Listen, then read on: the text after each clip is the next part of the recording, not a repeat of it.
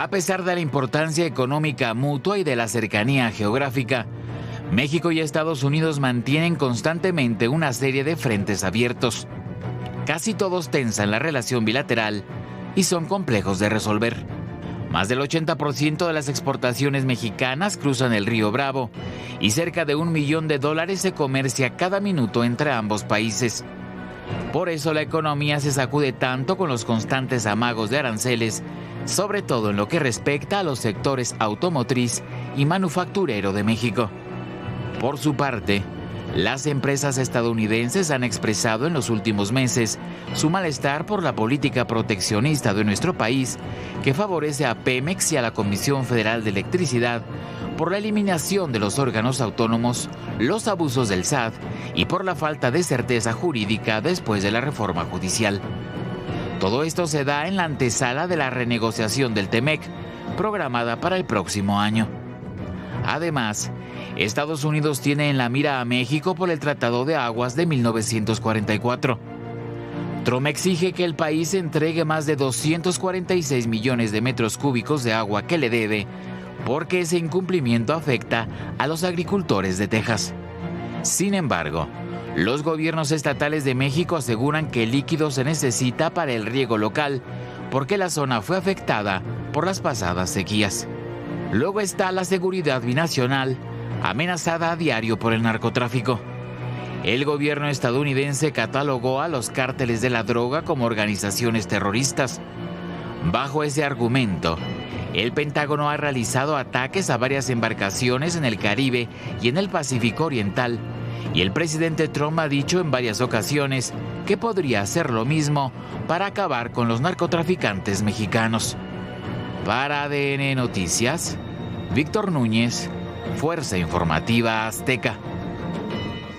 Están ahí los frentes, que son un montón, los frentes abiertos en lo político, decíamos, en materia de seguridad, ni se diga en lo económico, y los amagos que son permanentes, las amenazas casi constantes de Donald Trump. Brenda Estefan, qué gusto, Brenda, ¿cómo estás? Manuel, un gusto estar aquí con ustedes. Muy buenas noches. Muchas gracias. Lucy, bravo, Lucy, ¿cómo te va? Muy bien, buenas noches. Muy buenas noches, Arturo. Saludos. Manuel, Lucy y Brenda, ¿cómo están? Muy buenas noches. Pues se habla de colaboración, de cooperación, de que las cosas van bien, y de repente hay apapacho, pero luego llega el sablazo, el golpe desde Estados Unidos. ¿Cómo ves la relación México-Estados Unidos? Sí, la fotografía el viernes en el evento de la FIFA con Claudia Sheinbaum en Washington, los tres muy sonrientes, y al inicio de esta semana viene el tuit de Donald Trump amenazando con 5% de aranceles si México no entrega lo que le corresponde del Tratado de Aguas, que es un Tratado de Aguas de hace 80 años, que sigue vigente, que es un poco desigual en el trato que se le impone a Estados Unidos y a México, porque el agua que México debe entregar a Estados Unidos, si hay sequías, la puede pasar al siguiente ciclo de 5 años, pero la tiene que pagar, acumula deuda. No así en el caso de Estados Unidos a México, que no debe porque disminuye de acuerdo a las sequías y no genera deuda. Pero más allá de eso, creo que sería una buena oportunidad para que México negociara justamente por porcentajes y no por metros cúbicos en virtud de las sequías.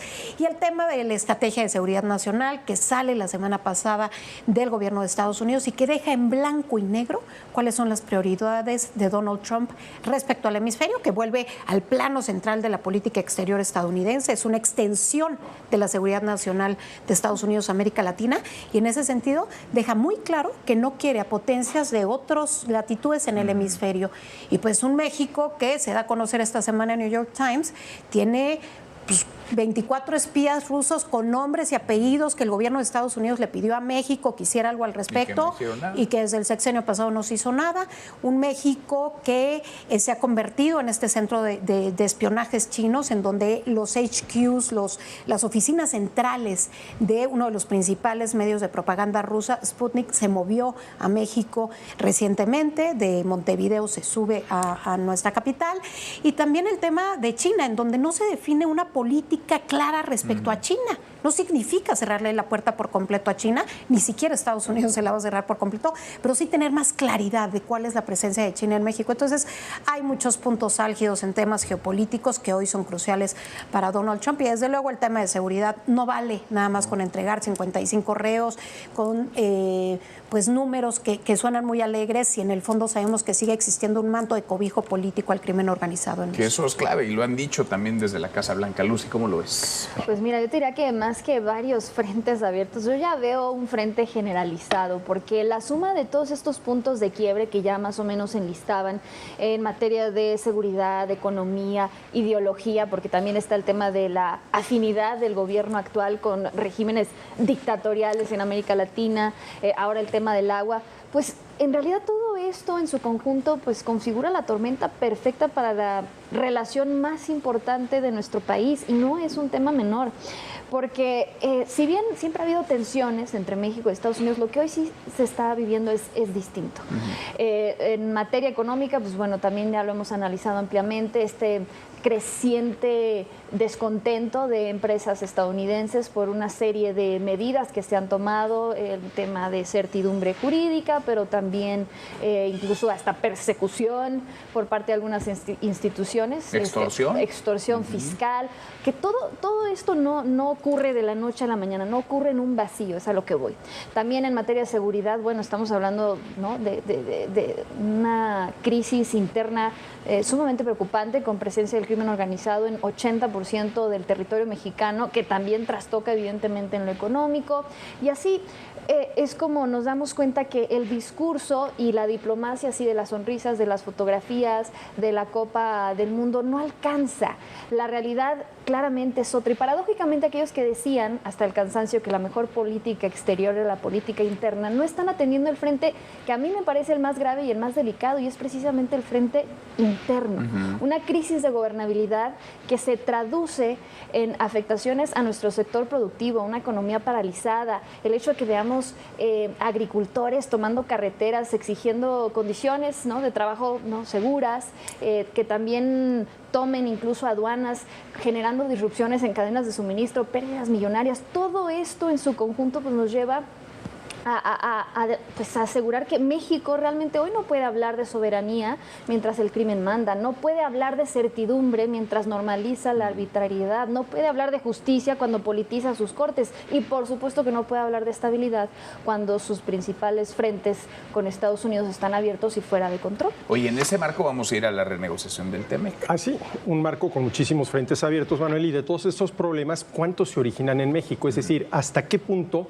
Trump tiene razón en sus reclamos hacia México? No, a ver, el incumplimiento del Tratado de Aguas, ¿por qué? Porque hubo sequía, no hay agua suficiente, se ha entregado el 35% de lo que se debe haber entregado, pero parece que sea, pero al final de cuentas nosotros incumplimos en una situación con ese tratado que data de 1944 totalmente desigual, ¿no? Sí. El tema de las quejas de las empresas estadounidenses, bueno, ¿en contra de qué se quejan? De lo que ha hecho el gobierno mexicano, esta acaparación del poder en manos al final de cuentas del Ejecutivo. Nada más un dato, el 45% de la inversión extranjera directa en México proviene de los Estados Unidos. ¿Qué pasaría si esas empresas dicen, ¿sabes qué? A ver, ya no vamos a invertir más, y en una de esas contemplamos la posibilidad de ir sacando nuestras inversiones? Hay varias, ¿no?, en ese escenario. En ese escenario, sí. ¿Por qué? Pensando en irse o en retirar inversiones. Bueno, y espérate al 1 de enero, porque al partir del 1 de enero el SAT va a tener una serie de atribuciones que realmente, más que cobrar impuestos, va a ser una extorsión desde el punto de vista fiscal a muchísimos contribuyentes, ¿no? Y hay un montón de empresarios quejándose, mexicanos y extranjeros. Algunos no lo dicen o lo cuentan en corto, pero hay un montón que están, digamos, en ese escenario. Y el asunto de seguridad, ¿no?, donde está clarísimo el diagnóstico que tiene el gobierno de Donald Trump, que ha hablado de una alianza, un contubernio, que ha mencionado incluso que el gobierno mexicano ha dejado de hacer en buena parte del país, que hay regiones enteras bajo dominio de los criminales, y ni cómo negarles esa realidad, la que están viendo, porque esa es la que están padeciendo también muchos mexicanos. Y lo repite esta semana en una entrevista con Político, donde le preguntan a propósito de su estrategia de política exterior y narcotráfico si haría incursiones o haría ataques unilaterales en Colombia o en México, y no lo descarta, ¿no? Entonces eso no se puede quitar de la mesa. Y cuando vemos las prioridades de la estrategia de seguridad nacional de Donald Trump, viene claramente que quieren realinear cadenas de suministros con socios confiables. Es decir, este tema que hablamos tanto del nearshoring durante tiempo y después se apagó, que sigue existiendo en términos geopolíticos esa posibilidad de atraer inversión a México, no se está traduciendo en realidad porque vemos que no hay inversión, ¿no? Que la inversión está por los suelos. Y esto tiene que ver con lo que ya se decía aquí por parte de Lucy, de Arturo, la tarea interna también, ¿no? Que no hemos hecho todos estos elementos que puedan dar certeza al inversionista. Porque si algo le preocupa al inversionista es justamente que no haya certeza jurídica. Y este clima que hemos generado a nivel interno suma a las amenazas arancelarias, es la suma de las incertidumbres, la incertidumbre que viene desde la Casa Blanca, más la autoimpuesta por parte de nosotros, cuando en el escenario geopolítico actual, donde Estados Unidos ya no quiere apostarle todas las canicas a China y quiere disminuir su dependencia en cadenas de suministro, el socio natural es México, por cercanía, por resiliencia a las cadenas de suministro, y lo lógico es que volteara a nuestro país. Pero lo que está haciendo Estados Unidos es decir, yo no me detengo, avanzo en mi proyecto de disminuir la dependencia de China y veo quiénes son los jugadores que quieren entrar a estos negocios. Y entonces firma tratados de comercio con 4 países latinoamericanos, pues Ecuador, El Salvador, Guatemala y Argentina, a los cuales les da un acceso, digamos, priorizado al mercado estadounidense, que Donald Trump lo utiliza como un activo geopolítico, les da esto a cambio de que haya, pues sí, una sociedad confiable, ¿no? Y eso no existe en nuestro Ahora, el país. tema es que sí voltean a México, pero no les gusta lo que ven. No les gusta lo que ven, y ya llevamos pues prácticamente 1 año y medio con estos reclamos de parte de Donald Trump, que evidentemente el gobierno mexicano no ha atendido como Trump quiere. Ahora, no es que se haya que atender como Trump quiere, hay que hacer lo correcto, pero en muchos de estos puntos, Manuel, Trump tiene la razón. Ahí, sin duda alguna, esta queja de las empresas estadounidenses de lo que está pasando en México en materia de seguridad jurídica, que el Estado de Derecho se ha convertido en un verdadero Estado de chueco, es cierto, eso es cierto, ¿no? Y que pone en tela de juicio, en riesgo, en peligro, el TEMEC. El TEMEC. La revisión, la renegociación. Un poder judicial controlado, tripulado por un grupo político y la extinción de los órganos autónomos, más un SAT que presiona, amaga, extorsiona y tiene contra las cuerdas un montón. Bueno, es un punto. Esto del poder judicial, ¿no? Del poder judicial, no nada más está supeditado al poder ejecutivo, sino la total y absoluta falta de oficio de la Suprema Corte de Justicia es verdaderamente, de dar risa. Para no ponernos a llorar. Es la ignorancia. Es una cosa terrible. Sin pudor. Porque es el sometimiento más la falta de oficio. Y que vemos reflejado, digamos, este daño autoinfligido en muchos de los sectores que aquí hemos mencionado, porque una cosa es un proyecto político y otra cosa es la destrucción, la evaporización de las instituciones que permiten que este andamiaje que ya se había construido durante las últimas décadas, que permitía que esta relación bilateral pues marchara sin importar, ¿no? Quién ocupara la Casa Blanca, quién estuviera en Los Pinos y ahora en el Palacio Nacional. Y yo creo que hasta eso hemos visto cómo se ha venido deteriorando. Y entonces esto claro que abre la puerta a más represalias y no es normal que pues, cada vez sean más incendios que se prenden por todos lados cuando no terminan de atender uno. Y tampoco es normal que escuchemos a un Donald Trump después de tantas gestiones que supuestamente ha hecho el secretario de Economía, Marcelo Ebrard, y que este tema del cabildeo y las reuniones y que escuchemos a un Donald Trump con la mano en la cintura decir, bueno, pues igual y dejo morir el TEMEC y me pongo a negociar 1 a 1 y pues más fácil para todos. O sea, todo esto sí es reflejo de esa falta de pericia quizás, pero también una falta de visión, de estrategia, de cómo hacer frente a lo que está ocurriendo. Y a mí me parece también sumamente peligroso este discurso que se ha adoptado, porque cuando la gobernabilidad pues se vuelve cada vez más compleja, pues el discurso se vuelve más delirante. Entonces vemos ya también cómo han llegado a extremos de negación, a extremos de autoadulación, de teorías de conspiración de toda clase.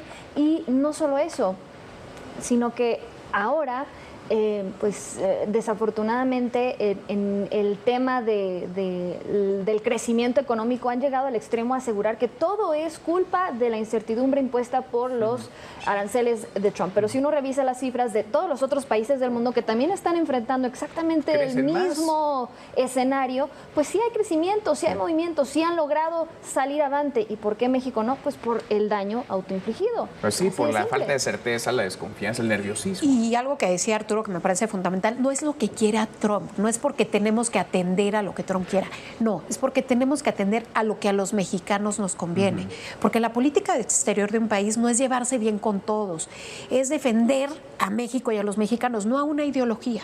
Tendría que estar muy lejana de las ideologías y ser mucho más pragmática. Y no estamos viendo eso.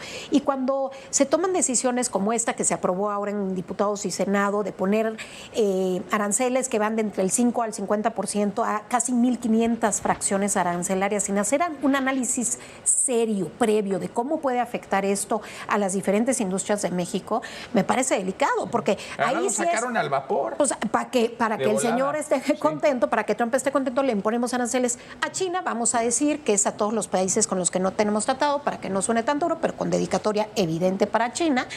Pero las cadenas de suministro de la industria automotriz, fundamental para la economía mexicana, nos están diciendo, oye, muchas de las fracciones arancelarias que van a ser afectadas de manera importante, no tenemos cómo suplirlas hoy. Y si no hay una estrategia real de una política industrial certera, porque hace un año que se publicó el Plan México y en este año han cerrado 2 armadoras en México.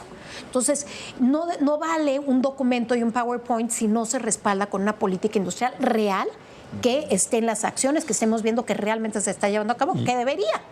Sí, yo vendo un dato interesante. A ver, no tenemos cómo suplir aquello a lo que ahora nos va a salir más caro por los aranceles. Claro. Eso le va a acabar pegando también al consumidor estadounidense, porque hoy la economía es una enorme red donde absolutamente todo está ligado con todo y tú empiezas a debilitar los nudos de la red y se te empieza a debilitar todo. Esto es lo que mucha gente no acaba de entender. Para mí esto que hizo hoy el gobierno mexicano de la imposición de estos aranceles es un balazo en el pie. Y además le impones aranceles a Turquía, a India, países con los que podrías tener algunas alianzas geopolíticas, también les impones aranceles. A Corea del Sur, que ya negoció con Estados Unidos, también les pones aranceles. Y todo aquello que criticaban precisamente la administración de Trump, pues ahora lo están aplicando de este lado, con las afectaciones evidentemente para los consumidores mexicanos, que somos al final del día los que vamos a sufrir todas las consecuencias. Pero pues bueno, es que a donde uno voltee, porque no hemos hablado, por ejemplo, del tema del frente sanitario, porque ahora resulta también, que incluso en el tema del gusano barrenador, que tiene paralizada la industria ganadera, una plaga que se había logrado controlar a la perfección durante los últimos años hasta que llegó esta administración. O sea, nada de esto es normal, y el hecho de que pretendan precisamente desde la tribuna presidencial normalizar todo lo que en estos momentos pues está fuera de control, pues es algo que evidentemente nos está cobrando factura y lo seguirá haciendo. No, sin duda. A ver, acá nos preguntábamos, y varias veces lo hemos conversado, ¿qué tanto había que hacerle caso a Donald Trump ante cada amenaza, ante cada amago? Creo que ya tenemos, digamos, prácticamente un año con Trump en la presidencia de los Estados Unidos. ¿Qué tanto? Porque hoy decía la presidenta Sheinbaum, no hay que contestarle a cada fraseo, a cada ataque, no hay que porque abre muchos frentes y va lanzando pedazos por todos lados. A ver, ¿qué tan bien o qué tan mal lo ha hecho México? ¿Y qué tanto hay que hacerle caso al señor? Yo creo que no hay que contestarle a todo. Yo creo que algo que mejoró la presidenta era que le contestaba a todo desde la mañanera, esa famosa carta al inicio de la administración Trump, que era una vergüenza. Después entendió, yo creo que la asesoraron en el sentido que esto había que hacerlo de otra manera, que los tiempos de la diplomacia no son los de la mañanera, ¿no? Entonces, bueno, a la mañanera sirve para la tribuna. Un zócalo para hablar del tema bilateral, ¿no? Sí. Eso claramente no podía ser así, entonces le bajó el tono a eso, y creo que es un atino. También siento que Donald Trump es un personaje complicado para el mundo. Lo que vemos en el mundo en general es los países están con una mano tratando de estabilizar la relación con Estados Unidos. Ahorita Europa está de cabeza por la estrategia de seguridad nacional, y con la otra fortaleciendo las relaciones con otros países. ¿Quiénes han venido a México? El primer ministro canadiense Mark Carney, el presidente de Singapur, el presidente francés Macron. Vienen a buscarnos porque somos un jugador. ¿Y qué está haciendo México en el mundo? No, tenemos las dos manos, los dos pies, los dos ojos concentrados en Estados Unidos, que es natural, es obvio, pero tendríamos que tener al menos los dedos chiquitos trabajando en otras latitudes, y eso no se está haciendo. Vemos una Cancillería que no está operando, realmente pues el canciller y el embajador en Estados Unidos no están operando. Quien opera es la Secretaría de Economía, pero pues tiene estos puntos ciegos del resto de los países en donde México no está trabajando. Y el tema de Donald Trump, yo creo que a la larga vamos a tener los siguientes 3 años este mismo ritmo. Así es que vayámonos acostumbrando a la amenaza, a la espada de Damocles, y no solamente a verlo como una amenaza sin fundamento. Yo creo que hay un riesgo real. Yo creo que hay un riesgo real. Y en muchos, en muchos temas, ¿no? Evidentemente al TEMEC, que es lo que está a la vuelta de la esquina, es lo inmediato, pues, la renegociación del tratado el próximo año. Totalmente, y bueno, sí coincido. Creo que la estrategia así de la famosa cabeza fría, pues es la correcta, ¿no? Cuando estás lidiando con una personalidad como la de Donald Trump, pero pues no es lo mismo la relación personal, porque incluso él lo ha dicho, ¿no? Ha emitido, ¿no?, toda clase de declaraciones y halagos hacia la presidenta Claudia Sheinbaum, pero eso no basta. No basta si no tienes a tus operadores, si no tienes una estrategia, si no hay visión, si no hay una atención a la crisis interna que es real y que sí está trastocando todos tus frentes. Sin duda. Y el TEMEC, a ver qué pasa con el TEMEC. Aquí la ventaja es que hay muchos empresarios en Estados Unidos que ya están diciendo abiertamente que el TEMEC hay que mantenerlo, que porque si se cancela, los afectados van a ser Sí, pero con ciertas condiciones. Eso sí. ¿no? Bueno, que ya no están hoy, digamos, ya no tienes un poder judicial independiente, ya no tienes órganos reguladores, órganos autónomos. Lo cual viola el TEMEC. Pues sí, lo cual viola el TEMEC. Y ¿no? es un asunto que se ha trabajado mal de este lado. Arturo, gracias. Gracias, Manuel. Muchas gracias, Brenda, qué gusto y muchas gracias. Gracias como siempre. Gracias por vernos. Acá nos encontramos mañana. Pásela muy bien.